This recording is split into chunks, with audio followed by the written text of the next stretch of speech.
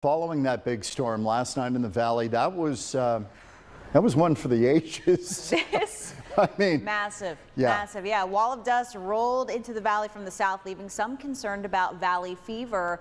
While most people are able to fight that fungal infection as they would a cold or a flu, some of those symptoms can really escalate. Fox 10's Nicole Krasean joins us with some insight from two men diagnosed with valley fever within the past decade. Nicole.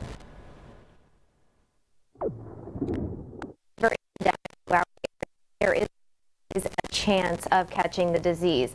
These can serve as examples of the intensity that you get from valley fever, as well as the fact that you might be fit and healthy, still end up in the emergency.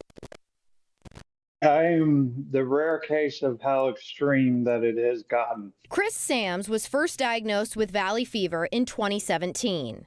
I went through a lot of rapid weight loss, and I was going through the night sweats, and I just was really sick in the chest area. Chest tightness and trouble regulating body temp was also a symptom for Asher Poole, who was diagnosed with valley fever 3 years ago, right before his senior year of high school. 2 weeks in, I was like really sick, and I started having like body chills all over, and luckily I have a bathtub that I like to take warm baths in when I'm sick, and that wasn't even helping. Poole says a chest x-ray showed another concerning symptom. Nodules, they're called, developed in my lungs, and they said those could be there for the rest of my life or they could go away. Poole got lucky. The nodules have since disappeared from chest scans. Sams, however, is dealing with the disease in more permanent ways. And it's to the point where it is what's called disseminated. And disseminated means it leaves the lungs and goes to the brain and to the spine. It shows that it is not growing at the same rate anymore. And it's gotten better. But I still feel it daily. I'm still exhausted. I'm still drained. Sams has had hundreds of rounds of treatments over the years, as well as multiple surgeries.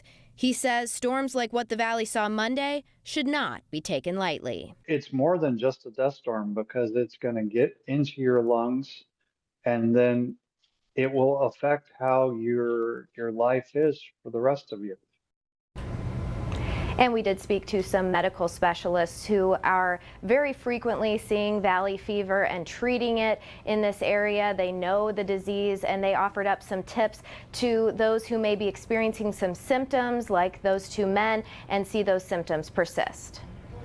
If they have symptoms that could be consistent with valley fever, advocate for themselves, get tested. The tests themselves are not perfect tests, and they can miss quite substantially early on in the illness. So if it's negative and the symptoms persist, consider asking for a follow-up test as well. Sometimes it's hard to tell, like, is this an allergy? Is this an infection? And so that's what could be helpful for people to understand now, because we see both. We're seeing valley fever, asthma attacks, allergies. So how would you know where to go?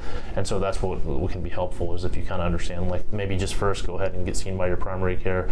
But if it's more the fever, fatigue, that sort of thing, that's more concerning for infection. And if it's more of like the sneezing, runny nose, itchy eyes, wheezing, that sort of thing, it might be more of an allergy type of thing. We have more information from these medical experts, as well as a local vet who sees this in our four-legged friends as well. That's on our website, fox10phoenix.com. Nicole Krasean, Fox 10 News. Okay, Nicole, thanks.